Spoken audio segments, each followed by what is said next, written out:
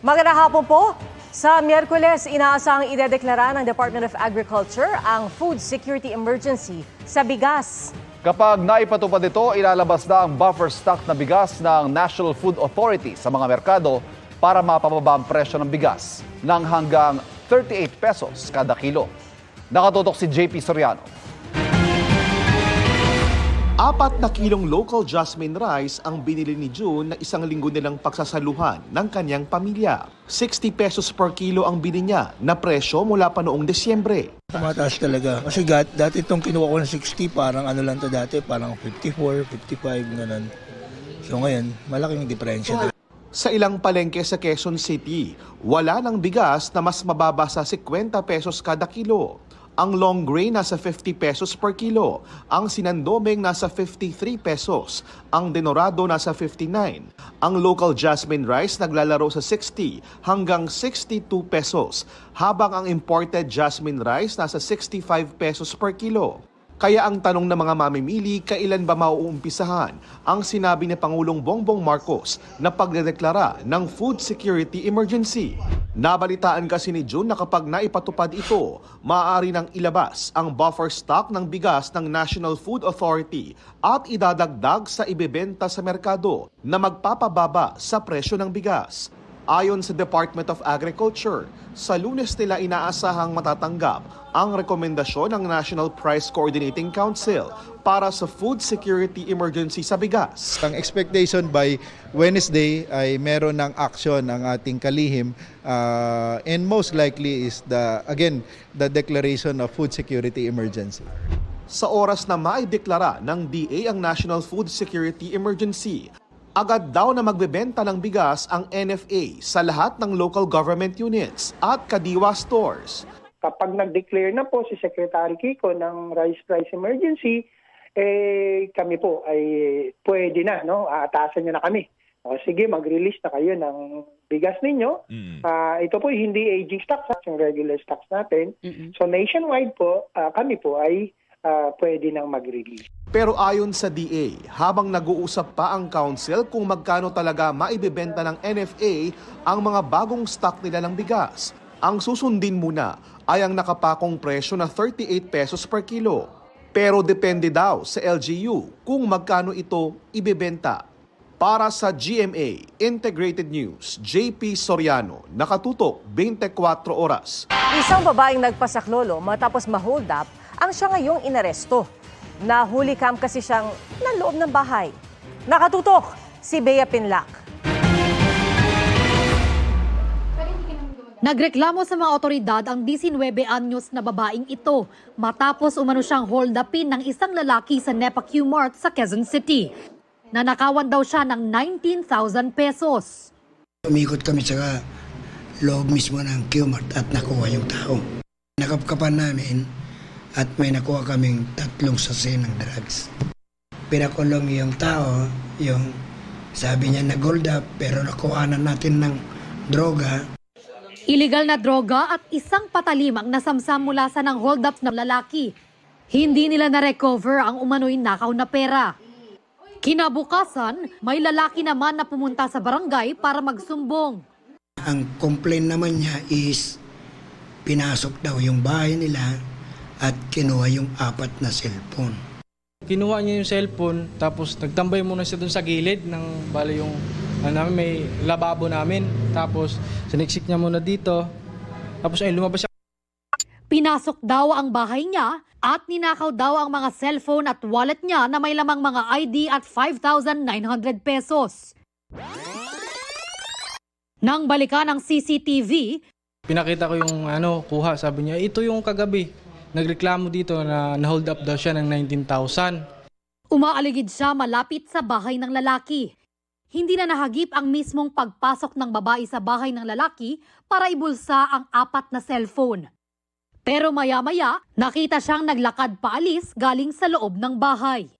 Aminado ang babae sa krimen. Paliwanag niya, gusto lang daw niya makabawi matapos mawala ng pera. Nung nakaraan po kasi, na-hold up po ako. Tapos di ko na po alam yung gagawin ko. Natutuliro na po yung utak ko. Hanggang sa naisip ko na lang po na gumawa ng hindi maganda. Sa isang mall sa Maynila daw siya pumunta para ibenta ang mga ninakaw na cellphone sa halagang 4,000 pesos. Bagaman nabigay na sa may-ari ang pera, umaasa rin siyang maibabalik ang mga ninakaw na gamit. Kinuha niyo pera, iniwan din niyo sa taxi yung wallet. Ayun din yung habol ko, yung wallet din mo kasi andun yung lisensya ko, wala na. Makuha man namin yung cellphone or hindi, magsasampa pa rin kami ng kaso. Reklamong theft ang kahaharapin ng babae. Posible rin na masampahan ng reklamo ang bumili umano ng mga nakaw na cellphone para sa paglabag sa anti-fencing law. Para sa GMA Integrated News, Bea Pinlac, nakatutok 24 oras. Sa ngayon, nabawi na at naisauli sa may-ari ang 4 na cellphone at ayon sa barangay captain na si Marciano Agua Jr. ng barangay E. Rodriguez sa Quezon City. Kapit, mga motorista, may nakaambang big-time oil price hike sa susunod na linggo. Sa pagtaya ng kumpanyang Uni-Oil, aabot sa hanggang halos 3 piso ang taas presyo sa kada litro ng diesel. At hanggang halos 2 piso naman kada litro sa presyo ng gasolina. Ayon sa Oil Industry Management Bureau ng Energy Department, ang pagpataw ng Amerika at Britanya ng panibagong sanction sa langis galing Russia ay maaaring mauwi sa pagbawas ng kanilang export na magpapataas ang presyo sa world market. Ang Russia ay isa sa pinakamalaking oil producer sa daigdig. Ito na magiging 3 sunod-sunod na linggong may taas presyo sa produktong petrolyo. Posibleng sampahan ng reklamong kapabayaan o negligence ang employer ni Jenny Alvarado. Siya po yung OFW na nasawi sa Kuwait at naipagpalit sa katrabaho ang bangkay nang iuwi sa Pilipinas. Posible rin kayang magpatupad ng deployment ban sa Kuwait? Alamin sa pagtutok ni Von Aquino. Mapagmahal na ina na handang magsakripisyo para sa kanyang mga anak.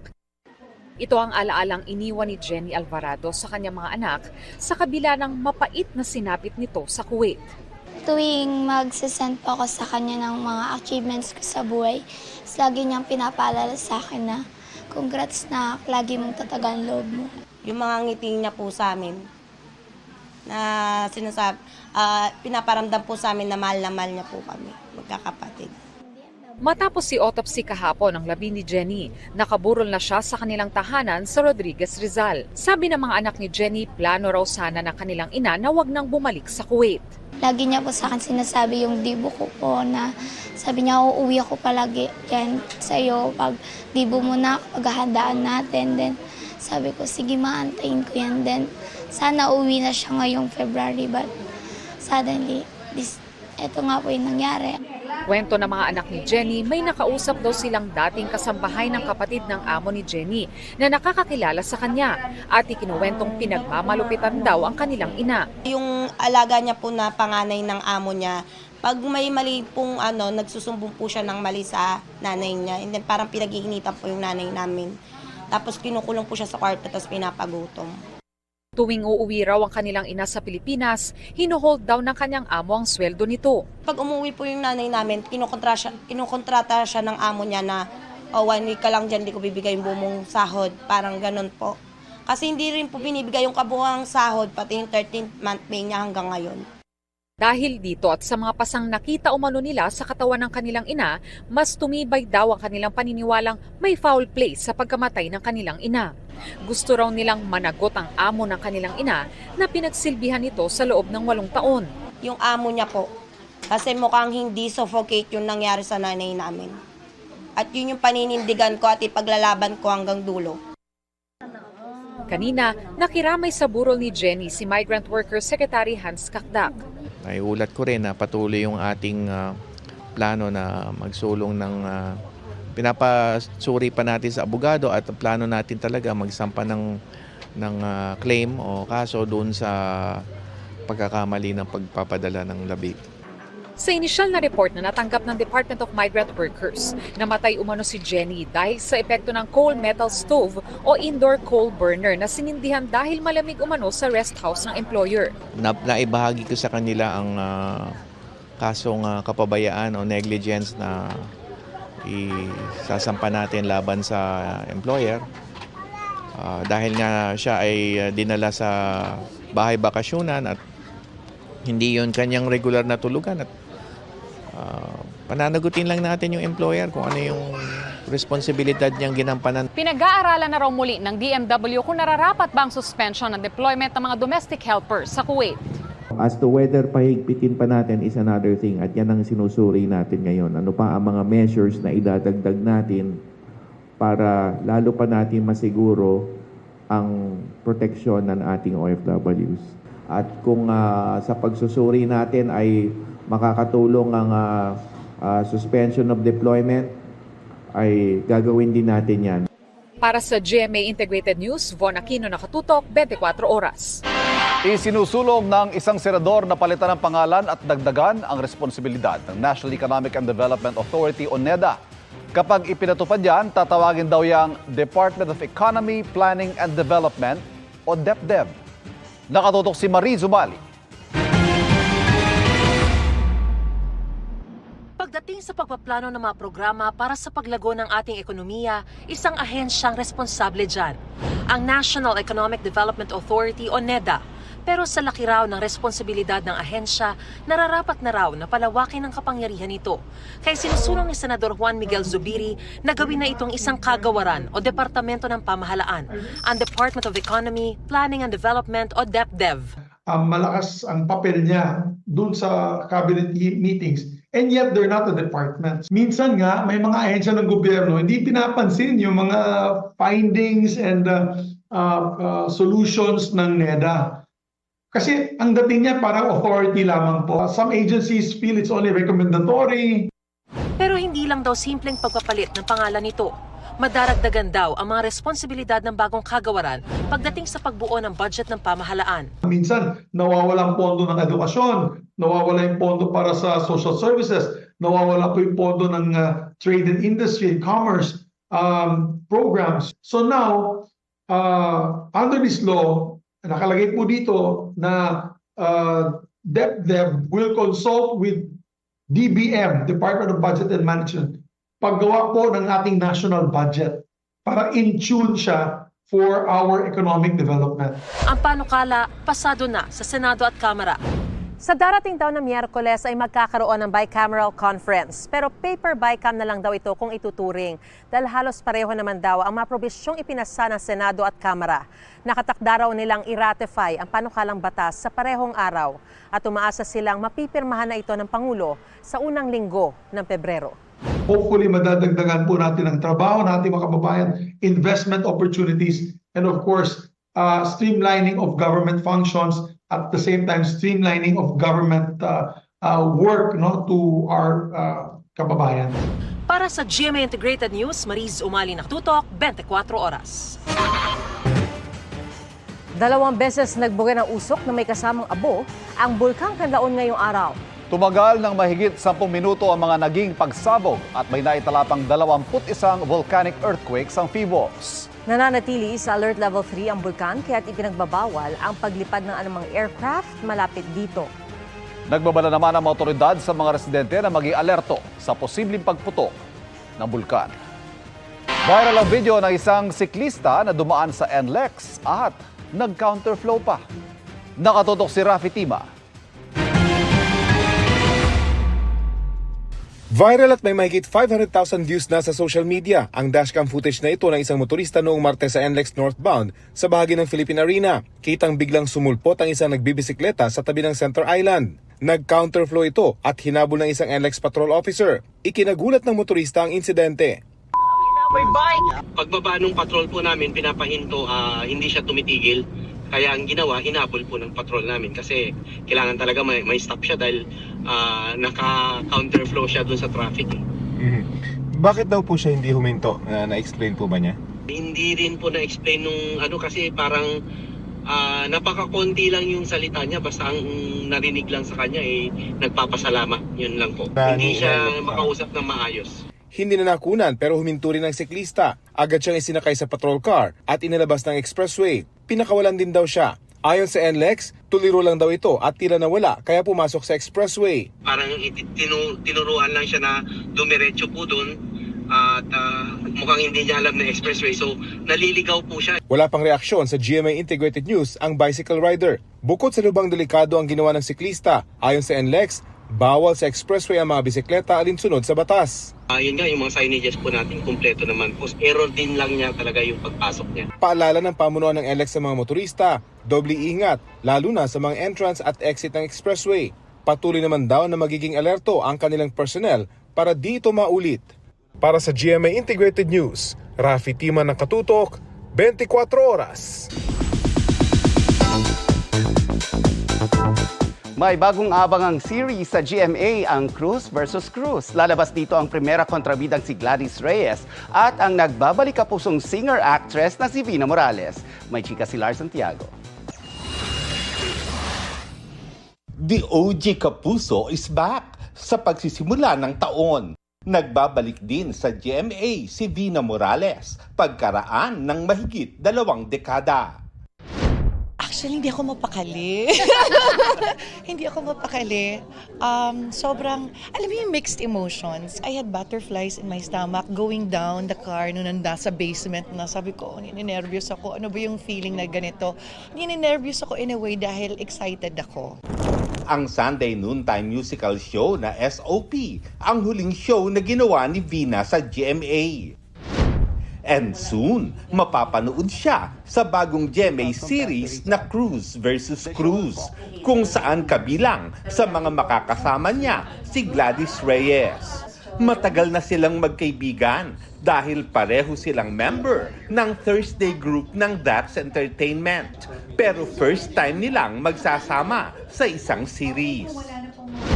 Sobra ako na-excite. At the same time, naisip ko, teka lang, nagserye na ba siya ever sa GMA? Parang di pa, no? So, very first teleserye niya to sa GMA. I'm so happy na magkasama kami. Kasama nila sa serye sina Neil Ryan Sese, Pancho Magno, Lexi Gonzalez, Christopher Martin, Elijah Alejo, at Caprice Cayetano. Lahat makaka-relate kasi it's Cruz versus Cruz. So, dalawang pamilya na alam mo yun, na nangyayari. Doon pa lang may magkakaroon na ng conflict. And it's based on a true-to-life story. Based on a true-to-life story. And I am as Felma Ruiz Cruz, ako yung common law wife. Siya naman, ako yung OFW nurse na kumbaga isang lalaki ang aming minahal. Pero ayaw natin i-preempt syempre ate. Oo, ang hirap, no? Ngayong balik kapuso na si Vina, ready na rin kaya siyang sumabak muli on stage sa mga musical shows ng Kapuso Network? Anytime, basta ako ready. Ready ako. Lars Santiago, updated sa showbiz happening. Tiwala ang ilang kongresista na hindi pa patay ang isinusulong na impeachment laban kay Vice President Sara Duterte. Nagtipon-tipon naman ang ilang grupo na suportado ang hakbang na pagpapa-impeach. Nakatutok si Jonathan Andal. Impeach Sara! Impeach Sara! Nagtipon sa EDSA People Power Monument ang mga gustong ipa-impeach si Vice President Sara Duterte. Grupo ito ng mga vlogger na magkalaban noon sa eleksyon, ang mga tinaguriang kakampink at pro-BBM na pinagsama-sama at inorganisa ng Bunyog Party.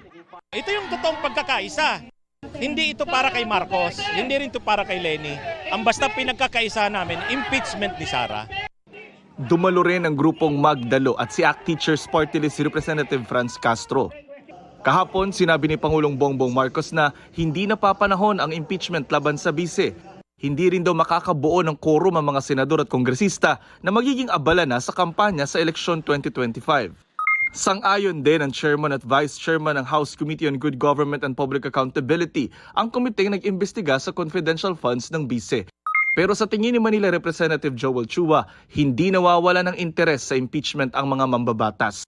Sadyang hamon lang daw talaga sa kanila na magbalikan sa batasan pambansa kung nangangampanya na lalo yung mga malayo sa Metro Manila. Pero para kay Castro, kahit tila tutol sa ngayon ng Pangulo, hindi pa patay ang impeachment sa Kamara. Ang inaasahan nila, ang ika-4 na impeachment complaint na ayon kay Castro ay galing na sa mga kongresista sa mayorya. Ang unang 3 impeachment complaint kasi laban sa bise, galing sa minority bloc. Sinusubukan pa namin kunan ng komento rito ang ikalawang Pangulo. Para sa GMA Integrated News, Jonathan Andal, nakatutok, 24 oras. Ipinagdiriwang ngayong weekend ang kabi-kabilang mga pista para kay Santo Niño, kabilang na ang Sinulog at Ati-Atihan. Ang Ati-Atihan Festival 2025 sa Aklan, puno ng kulay, saya at pananampalataya gaya ng payapak o ang pagbebendisyon sa mga deboto ng Santo Niño. Mula sa Kalibo, Aklan, nakatutok live si John Sala ng GMA Regional TV. John? Pia, viva kay Senyor Santo Niño. Ramdam na ramdam ngayon ang festival feels dito sa Kalibo dahil nga sa dagundong ng mga drums at hiyawan ng mga turista at dibotong Naki-Ati-Atihan Festival. Viva kay Senyor Santo Niño, Puera Pasma.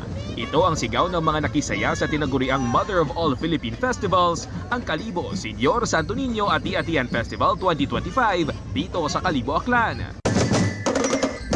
Makukulay at unique costumes ng iba't ibang mga tribo na lumahok sa tribes competition ang sumalubong sa mga deboto at turista.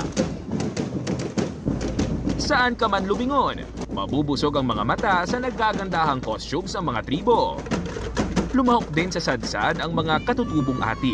Si Nile, first time na mag-ati-atihan. Wonderful, wonderful. Ang galing-galing. What's the best part about the festival, sir? The costumes. Your costumes. And the music. May mga foreign tourists at mga Pinoy na nagbalik bayan para makisaya at ma-experience ang ati-atihan.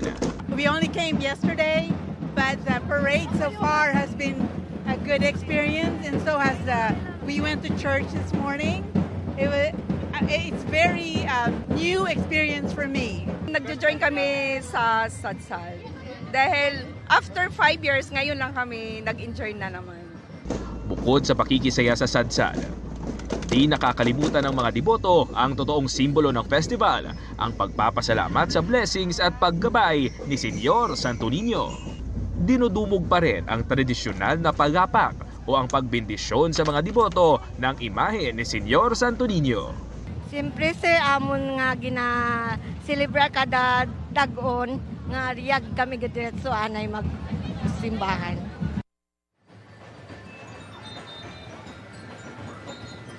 Pia, kung naririnig ninyo ay napakasaya ngayon dito sa palibot ng Kalibo Pastrana Park dahil sa pagsadsad ng iba't ibang mga grupo.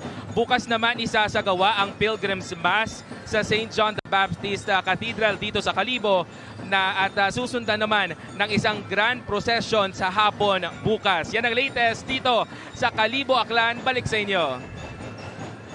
Halabira at maraming salamat, John Sala ng GMA Regional TV.